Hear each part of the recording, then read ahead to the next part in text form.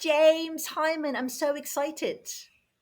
Yeah, I'm always excited talking with you and like carrying on this amazing torch of the Party Zone history Yes. and legacy for future generations and revisiting people we've obviously interviewed very early on in their careers. Now, today, I have to say, what I find remarkable is when you go back and look into what this guy's achieved. We know he's great. We know he's pretty much the most incredible best DJ in the world. I mean, he got a Guinness World Record for being in 1999 the most successful DJ in the world. That's a very hard record to beat. I don't know how someone can say no. I'm better than you. He at that time, I think he had played something ridiculous like 50 million people. He'd sold 5 million records. Look, of course, I'm talking about Paul Oakenfold. Now, what is remarkable is you forget the incredible extent of this guy's reach as a DJ, producer, remixer, of what he's achieved in his career. And I have to say, I don't think I remember this too well. And it's even more remarkable because he's got this new autobiography coming out. He was and still is, I'm sure to some extent, dyslexic. He doesn't hide that. Yeah. So it's quite unbelievable what this guy's achieved. He says, through his creative process. I mean, just a few of the things. Remember, this guy was U2's DJ. He really married rock music and dance music. The Happy Mondays, remember, all Manchester. He's kind of like a Zelig. He was always there at really pivotal moments in club and dance culture.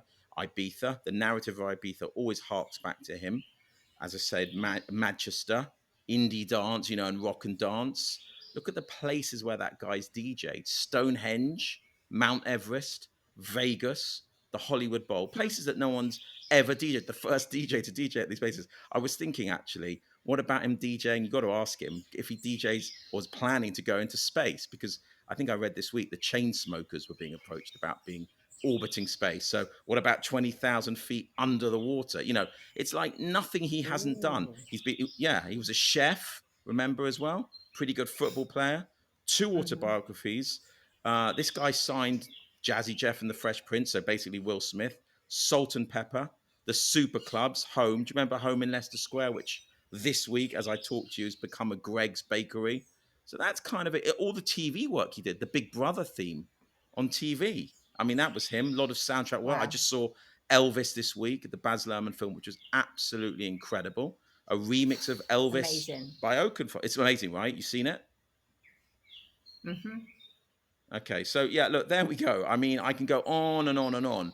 This guy, for 40 years, the longevity. It's not like he's kind of been away for 5 years, come back 10 years later, like a Stone Roses. This guy has consistently produced and impacted pop culture with dance, electronic, whatever you want to call it, music. And I think it's fascinating, the benchmark. So, yep, I've said what I've had to say. I would like to think you wholeheartedly agree with me. He's remarkable.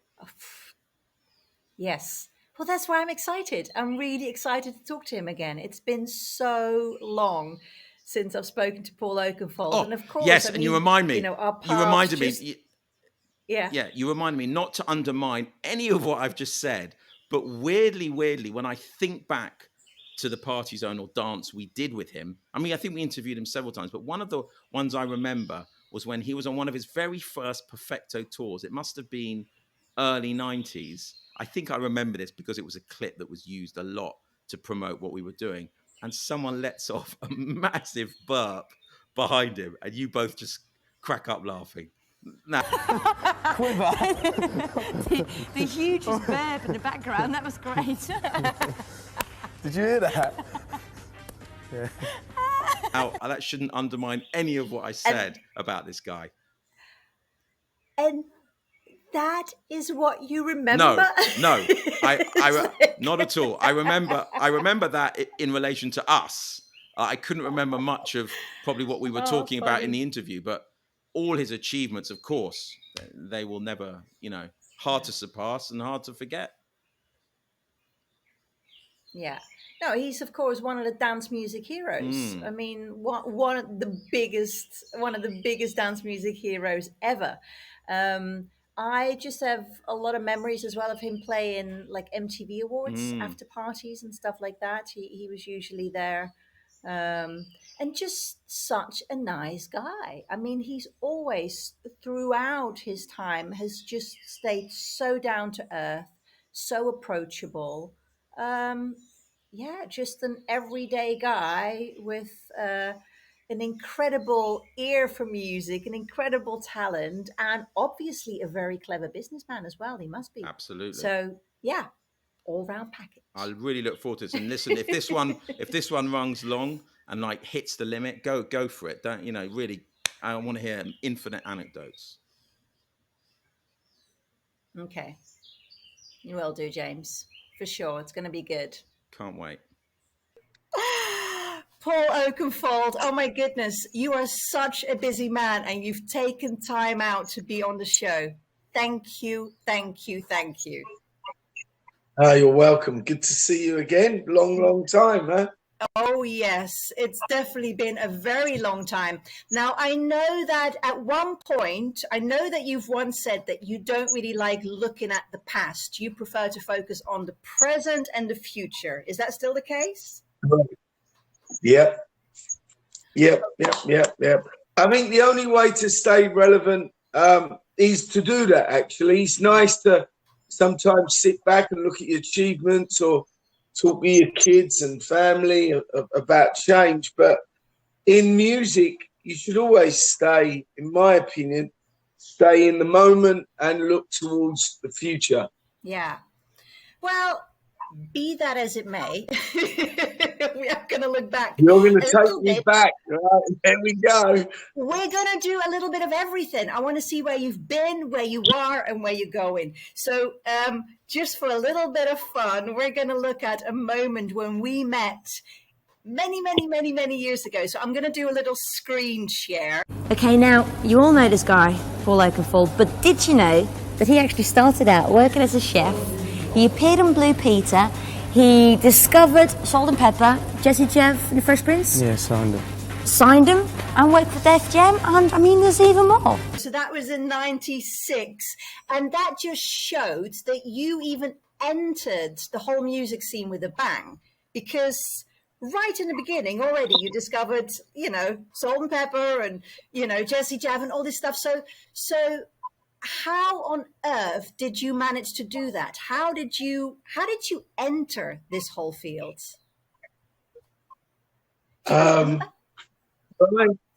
Yeah, I do actually. I do very clearly because I was having this conversation.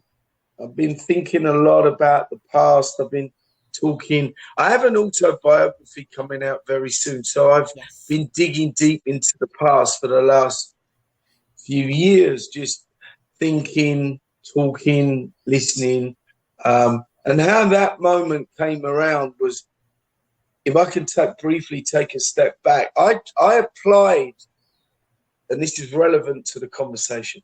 I applied to every record company in England for a job and got turned down by everyone. So I had a choice to make in life, and that choice was, okay, I tried, it didn't happen, so do I move on? What do I do? Do I move on and go back to being a chef, which I was at the time, or do I try and make something happen? And I had my qualifications as a chef, and I could always go back or fall back on that. But I'm like, you know what? I just got to try once more. So I came up with this idea that if I went to New York, I could become a middleman.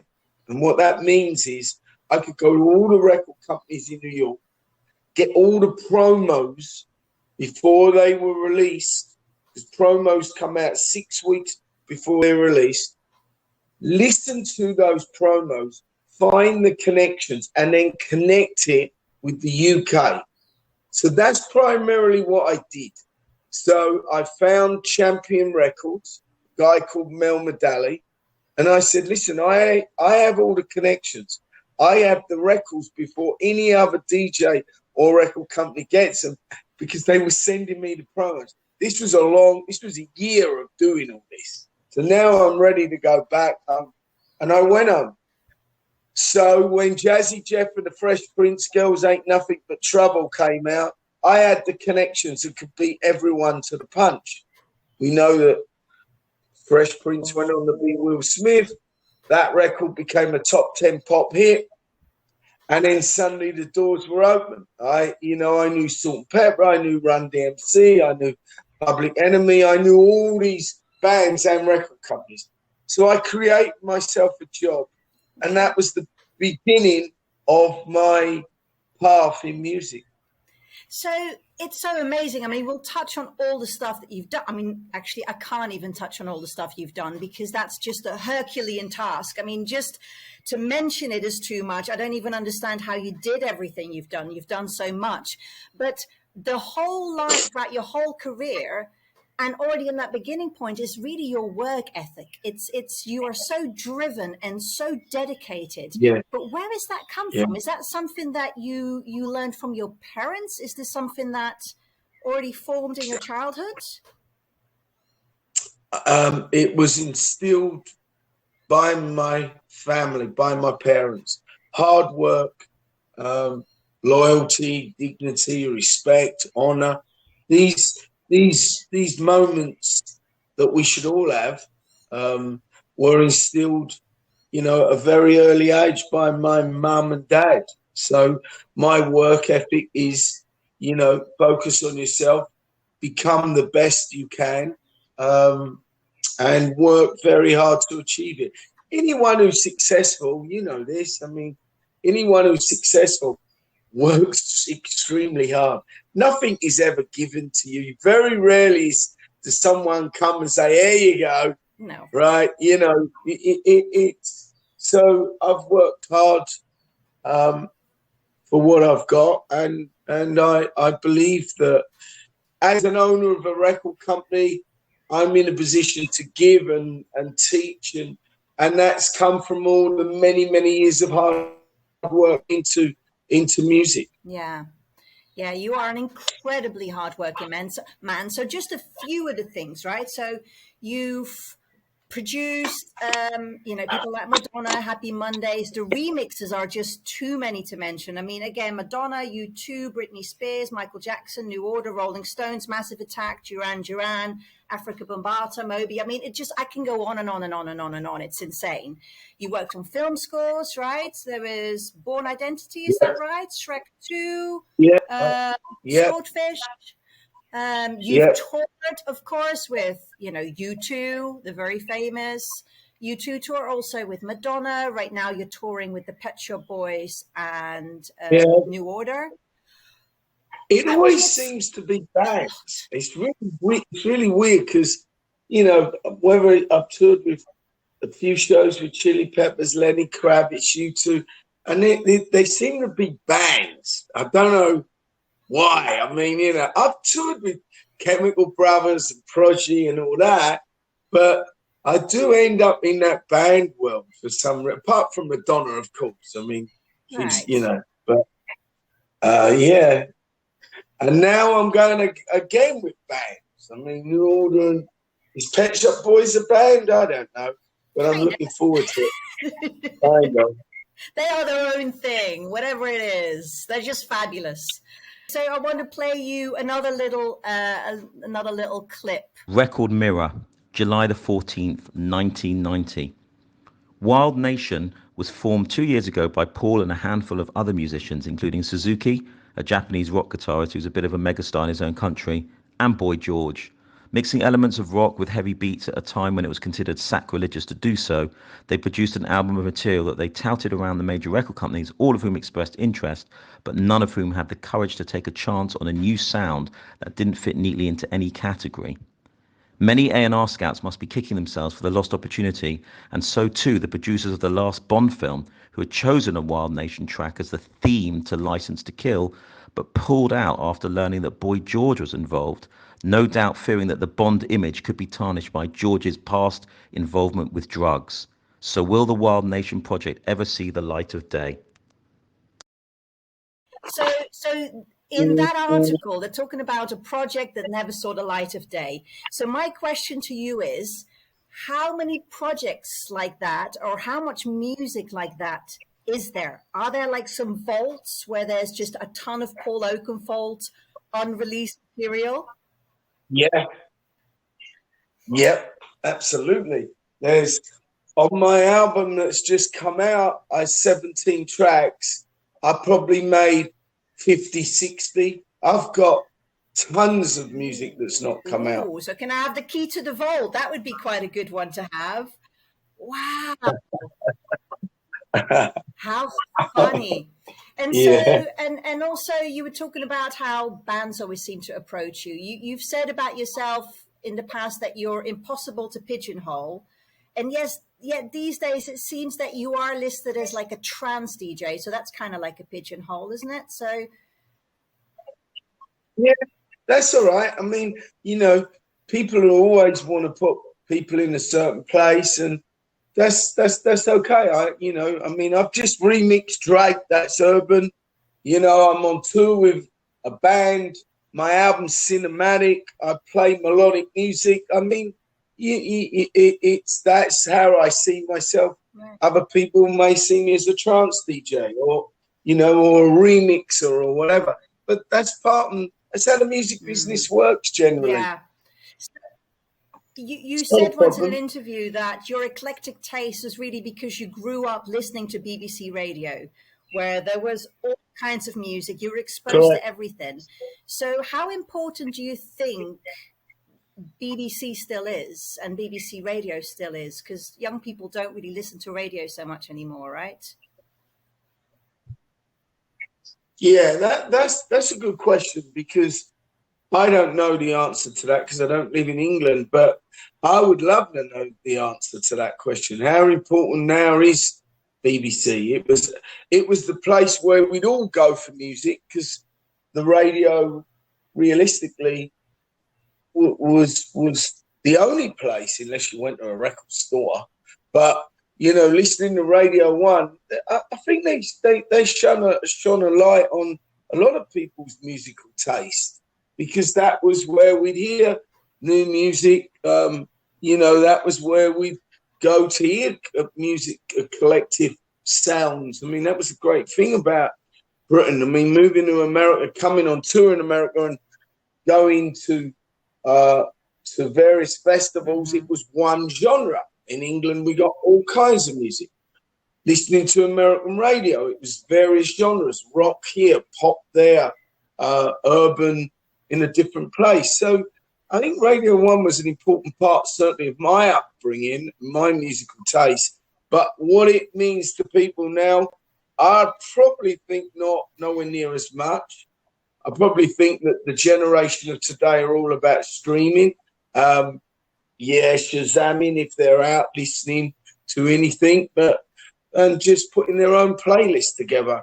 I don't think they are as popular as they used to be. I mean, don't you think that's going to negatively impact the music that's going to be made in the future? Because, for instance, I was just talking to the makers of the God Said Give 'Em Drum Machines movie, and they were talking about how Mojo, the DJ Mojo, was so important in the Detroit area because he was playing this whole big variety of music. And so these people grew up having this whole rich tapestry of music. And so in the UK, you get that too, which might be, the explanation of why there's so much great music coming out of the UK, or always has done. And then in the future, if everyone's just following the algorithm and they just get more music of what they already know and already like, I mean, what's that going to be like in the future? Well, there's two parts to that question. The first part is you can go anywhere to find new music. So it doesn't matter. So it's not really about Radio One. Music is out there for all of us to find, if you want to find it wherever it is. More platforms, you're accessible to more choice. Get that. Second part of your question, or your answer, I agree, right? Where music, in my opinion, is going wrong is the record companies. The record companies are just about numbers now.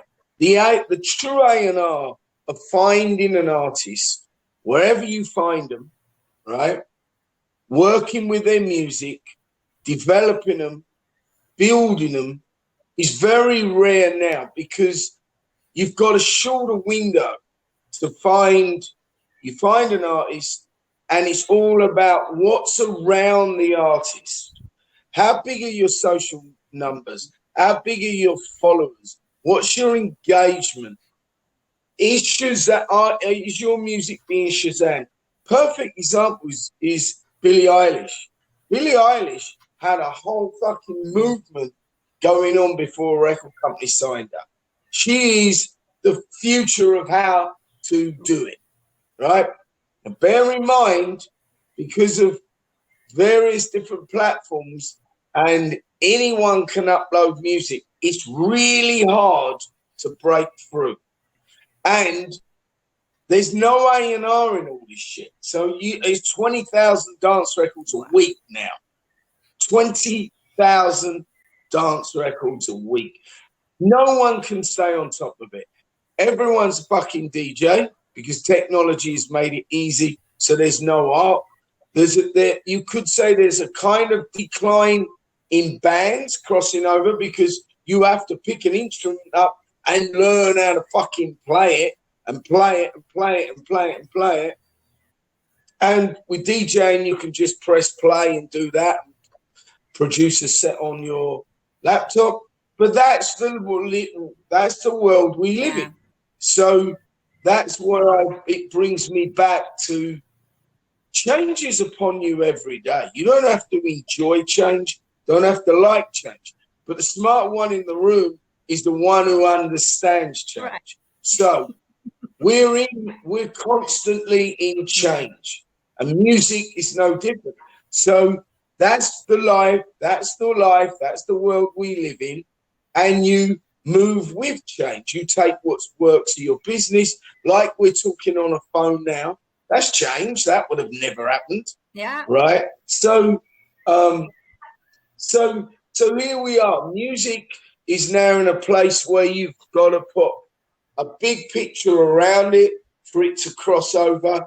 And for instance, look at Simon Cowell. Look at his latest band. His new group is 4 girls, 3 guys who he found on TikTok.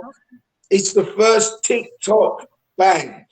So they are there based around their reach, their look, their numbers. That's different. So where does the music comes very far down the line. I presume it's numbers first, your look and what you bring to the table. So he's got dancers, singers, and he's got this 4, 5, 6, 7 piece group. They're TikTok stars, and that's the future. Now, we ain't even talking about the music. Wow. We haven't. Who heard the music? I mean, what is the music? I presume it's cheesy pop. We'll find out. But that's where the music industry. God, it's crazy. I've got another clip to show you. They're already touring. What's America. that? He found them. They're already touring America. They're up and running, and they're popular with the kids. And I don't even know the name of them. Or I did, but I forgot. Oh, there you go. Let me show you another little clip here. Herb magazine, December 2000. It seems anyone vaguely connected to the multifarious beast that is the global dance music industry has an opinion on Paul Oakenfold. He is loved as much as he is loathed, and his projects are deified and derided in equal measure. The fact that he is still the ubiquitous public face of dance music over 10 years since Acid House's glorious late 80s inception only begins to explain the phenomenon that is Paul Oakenfold. As Keith Richards memorably put it, when attempting to explain the nature of the Rolling Stones, you're born and the Rolling Stones are there. Ditto Paul Oakenfold. You want to dance? And there's Paul Oakenfold. He knows what the kids want. They want elongated breakdowns, calculated chord changes, and emotive strings, and Oakenfold delivers, and then some. He doesn't care about what he perceives to be the whining of a vocal minority. He's interested in hearing what the kids dancing and losing themselves to the intimacy of the beat, and thus discovering themselves in his flawless mixing, have to say. It's quite straightforward, really, he notes, warming to his theme. All I do is go out there and play music to the people. At the end of the day, they judge you, they let you know, because you're directly in contact with that crowd week in, week out. If you ain't rocking that crowd, they're going to let you know, because they're paying good money to see you, and that's all they really care about. Is that true, by the way? What that article said, that you, at least back then, it said you were loved and loathed in equal measures. Did you ever experience it like that? Because to me, you just say loved. No, no, no, no, I don't know. No, that was news to me. I didn't even know that. Because I was going to say, how would you have dealt with that? How did you? This is actually a question. How did you, or how do you deal even with the adulation and with the fame? Because you're so grounded. How have you done this? Well, I don't engage in it. I don't read any comments. Look, my attitude is just do the best you can do. Not everyone's going to like the record that I make, that I release next week, but I can put my hand to my heart and say I tried my best, and that's all you can do. You're judged. Every show is important. I'm aware that I'm judged on every show. I don't take it for granted. I work extremely hard to stay on top of it. But I've learned as I get older, which is difficult to do, to let go. I'm not the 21-year-old kid who some of my colleagues are, and it's their moment, and I'm all right with it. I wasn't. It was difficult to suddenly realize that you're not the new kid on the block. Look, in society, what do we want? We want new clothes, a new house, a new car, a new movie, a new record. We want new. And it's the same in music. There's new young DJs who come up, and it's their time and it's their moment. We're still here. There's still room for us, but you've got to learn at some point in a long career to be able to let go and go, all right, I'm still here. I'm more maybe an older, wiser person. I still do it. I still love it. And I'm still lucky after 30 years that people still come to my shows. I mean, that's another thing. I'm like, hang on, the best clip ever for you. Wait, this one is just perfect right now. Wait until you see this one. Whether you think you're ever going to pack it all in, because you once said to me that one day you're going to pack it all in and you're going to go back to being a chef. Yeah, right? I will. You think that will ever happen? Yeah. No, I will. Yeah, I'm fully qualified chef. I respect that. I'm food. So, would you? I will pack it all in. Yeah, I don't think you will. I mean, I don't want to be 45, 50 DJing, to be honest, man. I bet you're going to be doing that. I bet it's going to be, maybe a bad example, but how Tina Turner, has done, the last tour, of her career about 10 times. And she keeps coming back. That's what you're going to be doing. Yeah. So what changed? Love changed. I grew into, look, I'm a single man, right? I have 2 wonderful kids and a great mother of those kids. But I'm in love. I'm my first love. And I realized this many years ago. I've committed and given up a lot for music. It's just that way. I am a fully qualified chef. I cook at home. I cook for friends. I enjoy that moment of cooking. But music it just drives me. I'm now comfortable and have been for a while that I'm all right if I'm going to be on my own. And I've got friends, great friends, family, and music. And I'm in a nice place. I'm in a settled place as I grow older as a man with myself. So, will I give it up? No, I don't think I will. I think you're gonna be like someone will be rolling me in in a wheelchair. I'll be like, yeah, I don't know. I mean, I think, I just so enjoy playing and making music. It puts a smile on my face. So, do I enjoy the travel? No, travel's got harder. Am I trying to find a better balance? I think I found it coming out of COVID. I turn a lot down, so I choose wisely.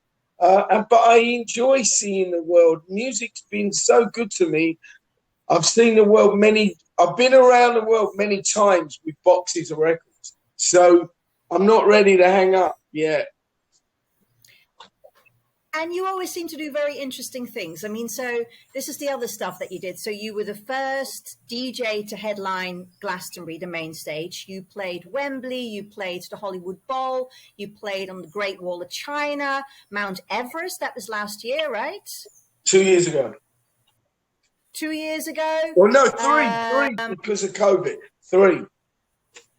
Okay, now you're going to be an avatar. You're going to be in the metaverse. I am. I just signed a deal to be a resident DJ in the metaverse.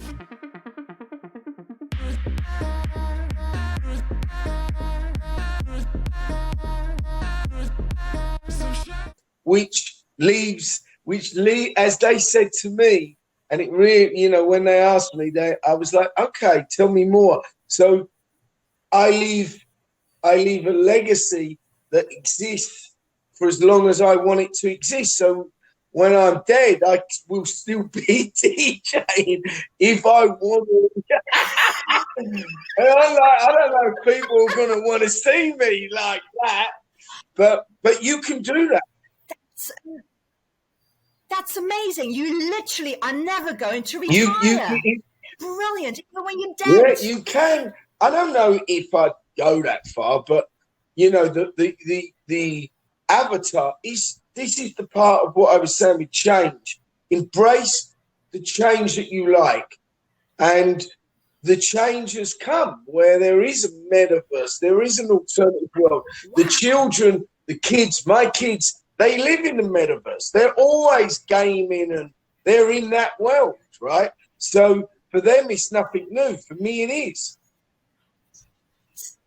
So your avatar will be possibly forever. What about space? What about space or like the bottom of the ocean, like those kind of things? I'm just wondering where else you can go. I'd certainly DJ in space. If someone asked me, I'd go for sure. I'd go up there and DJ. I wouldn't go to the bottom of the ocean. No way. I had no desire to do that. But okay, all right. We won't do that. So talking about Mount Everest, there's a really interesting book. It's called The Second Mountain, The Quest for a Moral Life by David Brooks. And he talks about our lives in like mountains. So, my past is like a little hill. Yours is literally Mount Everest, but also your career is like Mount Everest. So that's the first mountain. And then he says the second mountain that we climb in life is often the one where it becomes about giving back. Is that really important to you these days? I mean, I've been on that mountain for many years. I mean, my record company will be 30 years this year. And we have signed some of the biggest artists, biggest DJs that everyone knows, from David Guetta to Cole Cox to Mark Ronson, and so on. And now it's the next generation. And so we are signing tomorrow's stars today. It's a lot tougher. It's a lot more difficult because of what I mentioned earlier on with 20,000 dance records and everyone's a DJ producer. So the lane is extremely busy, but we focus on talent. We find the artists that we want to work with, and I A&R them, I help them, support them, talk to them and tell them and show them the path that I took. Yeah. and it seems to be, I mean, like you've also, isn't there also another charity that you run as well, which was focused on also finding worldwide talent search and development mentorship programs? I do a lot in that space. When I, for instance, Mount Everest, I raised nearly £100,000 for two music charities and one local charity in Nepal for kids who live on the mountain. But my biggest one is for the last 5 years, I do the biggest charity event in the UK. It's called Soccer Aid for UNICEF. So I'm the musical, I don't know what you want to call it, director, producer, whatever it is, but I sort all the music out for UNICEF and Soccer Aid on that day. I DJ in the stadium, outside the stadium. If they need music for the show, I do that. And then at the end, I do the party. And we raise a lot of money. So that's the biggest. I think we raised over £15 million this time around. Yeah. Wow. And it's mixing your two loves, right? Football and music. Yeah, exactly. Right. But even the Perfecto logo kind of was like, kind of had that football look about it. I've got another. Let me share another clip of when we met before, when we were actually talking about this. What about the whole policy behind label, the whole philosophy behind? Is there such thing? Yeah, totally. And we're really focused on our overall direction and what we're trying to achieve. We're trying to develop artists and sell albums on a worldwide basis. We're not into we're not a singles orientated label. Yeah. So what about, is there ever going to be like a Perfecto US? Yeah, we launched Perfecto in September. Me, BT and John Pleased went and did a party, which is just good fun. I can imagine. Yeah. So yeah, I mean, well, it takes a lot longer when you're trying to do it the way we're doing it. You know. But eventually it'll pay off. But eventually, hopefully, and someone's got to do that. Otherwise, everything gets too shallow. Yeah, exactly. Yeah. And I don't really want to do that. You know, I mean, with everything I do, even down to DJing, I try and do less rather than more and quality. Yeah. You know, so if I'm playing a night, I'll hang out in that club all night and talk to the people and hang out with the promoter rather than in and out. Yeah. Well, I mean, that kind of explains to me as well why Perfecto got the award for Best Label at the 1996 Music Magazine Awards, right? Yeah. Quality. So basically, your whole focus was all about developing artists. You're still doing that. You've got like a whole bunch of Perfectos now. You've got house, you've got black, you've got Fluoro. Okay, I'm saying it wrong. But your whole policy, so your whole idea back then, you said, I'd rather do less and provide quality than just do it. And look how much you've ended up doing, though. I know. Don't listen to a word I say. So, with numbers and the expansion of our industry, dance music, comes more. And I still believe we focus on quality.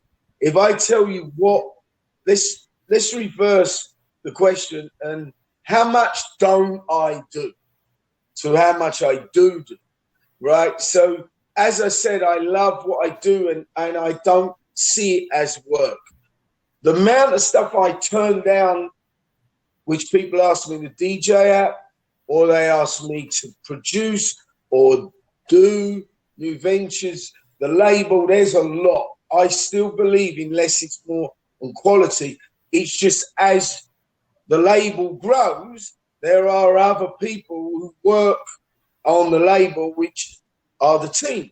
So we may put out more music, but it's not directly down to me. It's me trusting the next generation of, I'm looking for the young me's, right? So I find someone is enthusiastic, the great work ethic, wants to learn, listen, and get on in life. Well, then I'll give you that opportunity. Here you go. Wow. You know, and that's my role now, So they go out and sign all the music and do all that. It's there. Yeah. And when it does well, they reap the rewards. If it doesn't do well, we brush ourselves down and we go again, you know, and that's part of growing up and, you know, growing as a person and in life.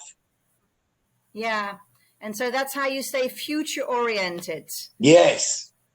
The next generation. Yeah. Paul, thank you so much. I know it was a bit of a squeeze trying to get you today, so I really appreciate your time. We did it. And I wish we had a lot more time, but I know you got to go. So yeah, thank you so much. You're welcome, and take care and you know, enjoy Belize. And I will see you somewhere, somehow, even if it's in the metaverse. Our paths will cross again for sure. See you in the metaverse.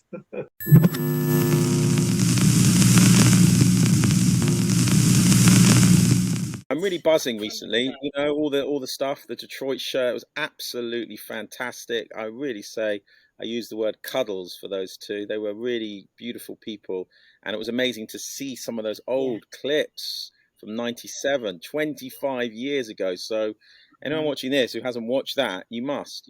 So as well, how was it with the most successful DJ in the world ever, according to Guinness Book of Records from 1999, a record that no one will probably ever beat? He'll keep that record forever. How was he? It was wonderful to catch up with Paul Oakenfold. We had a little bit of an issue in the beginning. It's a bit like saying to someone, I'll meet you by the clock at Central Station, and it turns out there's two clocks and you're both waiting by the wrong clock, right? So that was me and Paul. So we were online waiting for each other, but in different places. And so the man who's so incredibly busy was waiting for me and I was waiting for him, and like 20 minutes passed and we couldn't find each other. And for someone who's that busy, that is a real big deal. So that kind of cut into my interview time, which was such a shame. There was so much more I would have wanted to ask him. I didn't get to play the oldest bit of press that we found on him, the one where we talked about, you know, acid house having to go underground. NME, 22nd of October 1988, Paul Oakenfold speaking. Acid is going underground. It's got to go that way because of all the fuss. The media are out to kill it. I DJ in Brighton every Thursday night at the Zap Club, and there have been big things in the local paper. One article said, if your kid is wearing a t-shirt with a smiley face on it, take him straight to the doctors. He's probably on drugs. I mean, Jesus. He raises his hands in despair. Obviously drugs are involved, but I don't know to what extent. It's impossible to say. There was another bit of press that I didn't get to share, which actually was my favorite quote, where he was talking about how important good karma is. Music magazine, October 1999.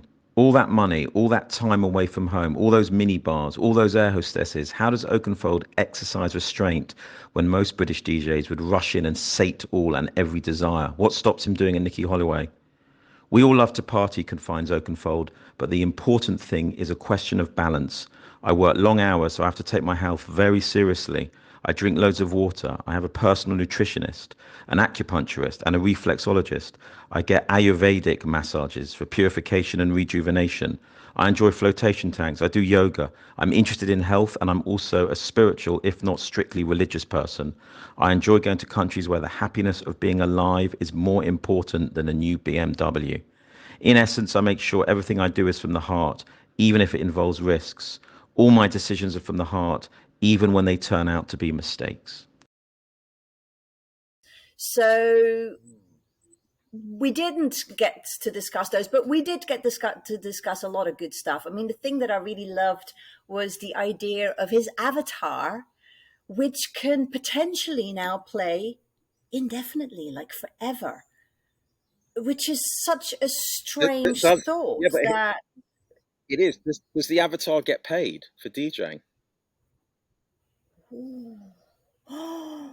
Oh my God, I didn't ask him that.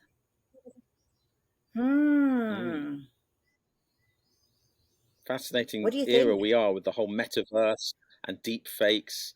Listen, we're going through an interesting intellectual property phase now, aren't we? The deep fakes. Have you seen these deep fakes of Tom Cruise and people and avatars? Yeah, and dead people's rights. And could Paul Oakenfold technically DJ ABBA with the avatars?